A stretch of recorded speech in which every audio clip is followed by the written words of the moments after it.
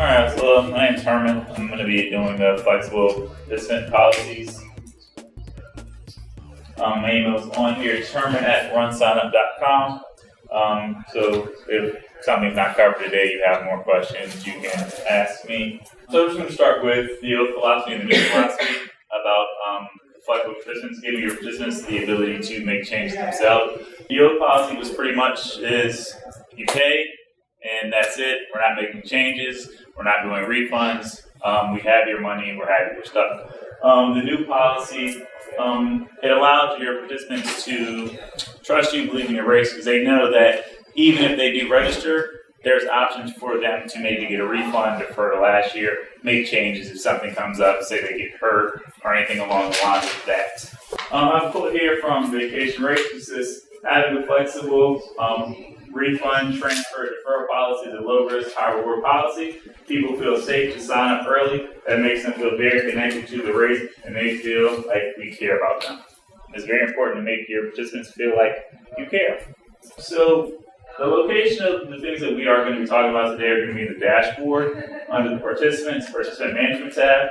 So if you look, we have our different options, and this is what we'll be covering. So some of the things that we are going to review is the refund policy, enabling it, letting participants go in and request refunds for themselves. Event transfers, letting participants transfer to, let's say, from a 5K to a 10K, 10K to a 5K, things of that nature. And race transfers, so if you have multiple races, let's say a participant's training for one of your races in the spring, they get hurt, this gives them the ability to transfer to one maybe later in the year. Bid exchange, this allows participants to pass their registrations on to a friend for whatever reason. They can't do it. Let's say the race is sold out, but they know somebody who wants to take their place. This will allow them to do that. And deferrals will let a participant change their registration from 1 year to the next year. So if something happens, bad injury, they can still participate next year, and this way you don't have to give them a refund or anything of that nature. And then our other management options, those are kind of on the more basic side. Giveaways, changing t-shirts, add-ons if you're selling anything extra, custom questions, maybe emergency contact information changes, a group or team, somebody accidentally joins the wrong team, they notice it a little later after they register, they can go in and make this change themselves. And then corrals, we do have a corral feature. Not everybody uses it, but this will allow participants to go in and change their corral. Let's say they decide they want to run a slower or a faster pace, they can select a different start weight corral. So making it easy. So this is what it looks like when somebody goes into their profile. If they scroll down a little bit, they'll see their upcoming events. Then when you click on that Manage Registration button, it brings you to a page that looks kind of like your race page, but these are the options up top. So all of these options are participant management options that they're going to be able to select and make changes from. So something else that Lucky Derby Festival does, it helps maybe with about 25% of the participant management questions they get. They've added a FAQ onto their race page.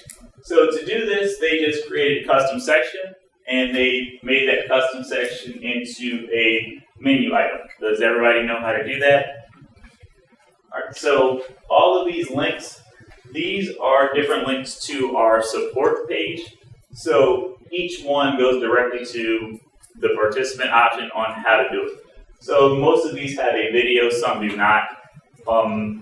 With those that do not have a video, they're text, and it's just step-by-step directions on how a participant can do this. This way, it prevents the participant from having to email you, and you having to email them the directions. So the first thing we're going to get to is the refund policy. This is what the setup page looks like when you enable it. By default, it is off. But once you enable it, you can set a refund processing fee. So if you want to charge maybe a $5 fee for anybody who wants to do a refund, you can do that. If you look down at the bottom, you have the ability to issue a full refund. That will include the processing fees. Percentage refunds, you can set it. So let's say if they wait until within 5 days of the race, you're only going to want to give them an 80% refund. You can set that up there. You can set as many percentage refunds as you would want. And conditional refund settings, does anybody know what those are? So what that is, it's like a bib exchange. So somebody will go and request a refund. Their refund will not be issued until somebody else comes and registers to take their spot. So this way, let's say somebody registers and they want a refund. Now you're out of their registration fee. This will prevent that. This will say, well, we already have your spot, we have your money, and we want to keep it. So we're not going to let you leave until somebody comes in and takes your spot. This works well for those who do not know somebody who wants to take their place with a bib exchange. And then you can change the text on that, and you can add a refund policy.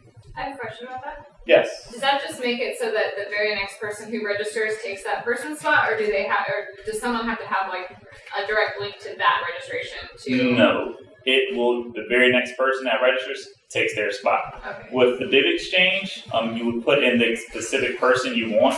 So you put their name, email in. They'll send them an email, and they will register to that direct link. Right. Once that person completes registration, then it'll be clear. So this works the same way. Just if you do not have anybody that you personally know, it'll be the next random person who registers that will take their spot and clear their registration. Okay. Does that really apply only like on a sold out race though, I guess? No. It can be worked for any race, but for the most part, it's going to come into play with sold out races. For your regular race, let's say you're in the middle of registration and a lot more still coming in, it's most likely this is going to happen fast because as soon as they do it, there's still a lot more registrations that are going to come in. So just whenever the next one comes in, it happens. Normally, maybe the end of registration, so let's say somebody waits till last minute to want to do it, the chances of somebody to take their spot are less likely. So this is where it becomes a good helpful feature. So event transfers, so this will let somebody change their event on their own. So if somebody wants to go from the 5K to the 10K and there's a price difference, it's an increase, it is going to charge the difference. If they're going from the 10K to the 5K, there's going to be no difference. There's going to be no charge because there's not a price difference, an increase in value. They're not going to get a refund of the difference. With the processing fee, you can charge a fee for somebody to do this. So once they're doing the event transfer, let's say your fee is $5. Once they get to the end to complete, it'll say event transfer fee, have that $5 listed out. So this way there's no confusion about what that $5 charge is for. And there are a few different settings under here. Allow event transfers in a full event, allow event transfers into full events if they are part of the same multi-event participant cap, allow event transfers even when registration dates have passed. When transferring, keep the same bid and ship numbers. When transfer and add-on credits. So what credits just are, I'm sure you guys may see that a lot, just means that somebody paid X amount of dollars. Whenever they move registrations, we're going to honor that, and it's going to show that they paid X amount of dollars. It's basically a reporting feature, so you can see how much somebody's paid. Because once you transfer events, your new registration is going to show that you paid $0. Because the funds that you originally paid to register stay with that transaction, that registration. And then more on event transfers. So you can set up different transfer costs. So if you want to, say, charge more than the normal price difference, you can do that. You can disable the price difference from being charged. So if you said, well, we like this person, we love our runners, we don't want to charge them to change events, you can disable that from being charged. You can also prohibit transfer. So let's say you don't want somebody making a giant jump. So you have a 1 mile event. You don't want anybody to transfer from that 1 mile to the half marathon. It just seems like that would be a mistake because if you're training for a 1 mile, you're not going to wake up one day and say, I can do a half marathon. One question. If you have it set where there's charges a fee to do a transfer, like if the participant's doing it, how do you, if you have that one person who are like, okay, I don't care, you're a loyal runner, I don't want you to pay that extra $5, or the difference in the event fees. Is there a way to kind of waive it? You can just do it for them. Right, at that so point, you do it manually, then they'll contact you. So any transfers that you do, they're not going to be charged to it because we don't have a way to go back in and charge their card again because technically we don't have their authorization to do that. So race transfers, kind of the same settings as the event transfers. It's just on a different level. So with your races, when you go in, you'll have a list of all of your races, and you're going to be able to pick and choose what race they can transfer into from the race. It's the same way you can set a fee for this. You can set a number of days or less and percentage fee also for that. And bib exchange consists. So with the bib exchanges, we have two different type of exchanges. We have a transfer for a refund and a transfer as a gift. So with the transfer as a refund, what's just going to happen is that registrant A is going to say, hey, I want to do a bib exchange, and I'm going to send my registration to registrant B. So once registrant B completes their registration and pays, registrant A is just going to get a refund. Normally, what we suggest is just doing the transfer as a gift. This way you're not going to have to worry about issuing refunds. You're not going to have to worry about the new person paying. And the friends will just handle the funds on their own offline, or they might just not do anything with it. But it just gives you the ability to just take a step back and not have to deal with anything that might be going on between them. So with the transfer as a gift, you will just need name and email. Same with the refund, just name and email. It will send out an email. You can, I can't remember exactly what the email says. It just says, hey, here's a bib exchange. Click this link to register. They'll go through the process, and then once their registration is complete, person A is removed and replaced with person B. You can set fees for this. You can set a fee for the person who's doing it, or you can set a fee for the person who is receiving it, or you can do both. So we do have some options with it. If you look at the bottom, we have some more options where you can disable or enable transfers through kiosks. So on race day, somebody comes up with their friend. I'm not running anymore, they're taking my spot. You can do it on the kiosk, and person A goes home and person B runs your race. Then you can set your dates of when it can be done. So transfers must be initiated by this day, and they must be complete by this day. If not, they're just going to be voided out. And deferrals. Deferral setup is the same. Let's say I register for a race 2019, train, tear my ACL. I'm going to be out for 5 to 7 months. I still want to run your race for next year. So instead of getting a refund and have to register in, I'm just going to defer. So this way you don't have to issue a refund, you keep your money, and their registration just gets moved on to the next year. With the deferral settings, you can set a fee for that. You can set a cutoff date of when you don't want deferrals to be done anymore. You can also allow second-year deferrals. So training in 2019, tear my ACL, want to do 2020. Rehab's going horribly. I can't do it 2020. Let me try for 2021. So this will allow, that's what the second year deferrals add. Irwin, has there been talk about setting it up so it automatically puts them in the next year? Because right now we have to pull a report, send a coupon code to each person, unless I'm doing it the long way. No, there's not a way for us to automatically do this. We don't allow that just because information may be changing, and if it automatically pulls it, they do not have an updated waiver. So the person that you allow to defer runs, they get hurt. Now they sue you, say, oh, you signed a waiver. No, I signed a waiver for last year, not this year. And then you're in trouble for it. Another way we do suggest, instead of using a coupon, just send a reserve entry for $0. But that's just another way you can do it. Yes. You are it is in the works, though, I believe, right? That when they defer, it's going to just put that credit on their account, so we don't have to send coupon codes anymore. Is that correct? It's not a credit on their account per se. What we would suggest, so you don't have to send a coupon code, is using reserve entries. So with the reserve entry, you just set the price to 0. You just put their name and email in, sends them an email automatically. Here's your reserve entry, please register. So this way you don't have to deal with coupons, and then this way they still go through registration, fill out all their information. So you can take a look. This is what vacation race statistics from 2018. So you can find this report in the reports participants summary, and at the bottom of the summary page, it is a link to your participant management report. So with all of these features, you can add fees. So if you take a look, there's the amount of deferrals, refunds, race transfers. The total of all of those was over 7,500.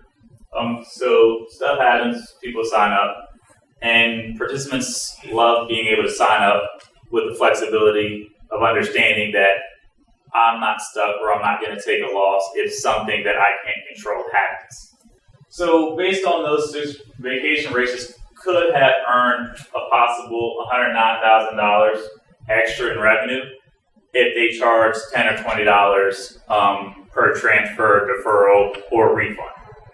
So this is an easy way to get extra revenue for your race without having to do anything. Because most of the times things happen. So participants are going to defer, they are going to transfer their event, they are going to ask for refunds. And if you're still not sold on any of the events, say I still don't want to give my participants any of these options, and you're still possibly looking to make some money, you can turn on our event insurance options. With event insurance, anybody that does select the option to buy event insurance, we have a $7.99 and an $8.99 option. RunSignup will pay a 20% fee based on your race fee to you. So that's extra revenue that you had to do nothing from. With the event insurance, it's handled by an outside company, so all claims are done through them. So if somebody comes up and says, oh, I purchased event insurance, I don't want to do your race anymore, you don't have to handle it. You just direct them to the company that does, and they will handle it. They will issue the claim just like a normal registration company. They will decide if it's valid or not. So you don't get your hands dirty. You don't have to deal with any participants or any of that. And do we have any questions? That insurance that they're just out of the race. They're not put in for next year. They're not. Correct. Mm-hmm.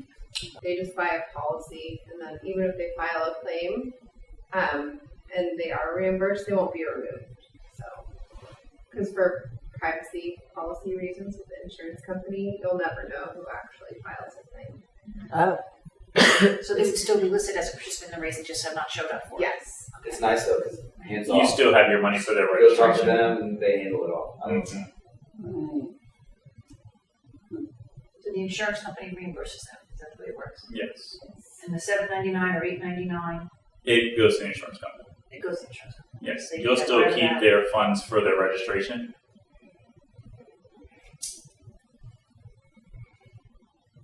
Are you finding most races do charge a nominal fee, or just let people do whatever they want? I'm seeing more fees being charged for it, but depends on what the transfer is. So for simple things like event transfers, you're normally not going to see a fee on that, because if they do go to an event that costs more, the difference is charged. And if they go to an event that's less, the difference isn't refunded. So you'll still keep the difference. So you're still going to make your money regardless for it. The refunds, normally we'll see maybe a small fee with those, maybe $5, kind of the average of what I see on fees. I'm not sure what the national average is on that. But it's kind of just how much do you want to show your participants you care about them. We do $10 on ours for deferrals and if exchanges, and I've never gotten one. They're just happy they can do it. Yeah, I do 15. Then. Yep. And it's the new participant that we had to pay. So I mean, they're just ecstatic that they're getting out of it and getting most of it back. I gotta say, even going down from like a half or 10K down to a smaller race, I'm out a different medal possibly. So I am out money even though they go to a shorter race. It costs me money. That brings up, and I don't know what everybody does, but I'm curious, cutoffs on all these things. Because we cut it off pretty much like the day before we're either prepping or going to that first packet pickup, because we don't want to be at packet pickup and somebody has made a transfer, etc. Do you suggest doing that, having a cutoff Yes, date? before so let's say you might need to do different t-shirts for different events. T-shirt guy needs t-shirts by X date. Yep. Cut them off then. This prevents any problems that way, but mostly before things need to be set in stone is when the cutoff dates are set. I mean, we let people downshift, packet pickup or race day. Like if you're going for a 10K to 5 because you're not feeling well that week or something, it's just let us know. My So what I hate, is get to the award ceremony, and there's something that you didn't catch, in the results, and you got like a very fast, 10K. And they changed you'd rather They just dropped out. They didn't know, but it's in that thing. You might not notice it just scrolling through, but you get like a really fast 7-year-old. You do it manually though, as opposed to having it set up through. Well, I mean, come race day. I'm just a race director. Just click, just do it. We have different fees too based on registration periods. So we allow refunds for free during early bird, but then after that you have to pay a fee. Do you find, because we don't allow refunds at all, we just offer these other things, do you find that you get a ton of refunds? Or like how, I guess that's what I'm curious about. Are you giving a lot of money back? We host like anywhere between 12 and 15 races a year, so we get more race transfers, I would say, or deferments to the next year's race. But some people do end up using the refund, but then we offer refunds later. We just charge a fee for it, so they end up paying a fee. And any other questions? I'll try to get through this a little faster just in case you guys wanted to maybe peek in on any of the other presentations going on. Not sure how much time is left. If you guys wanted to maybe catch a little bit of the other ones, I know this is the last group of the day.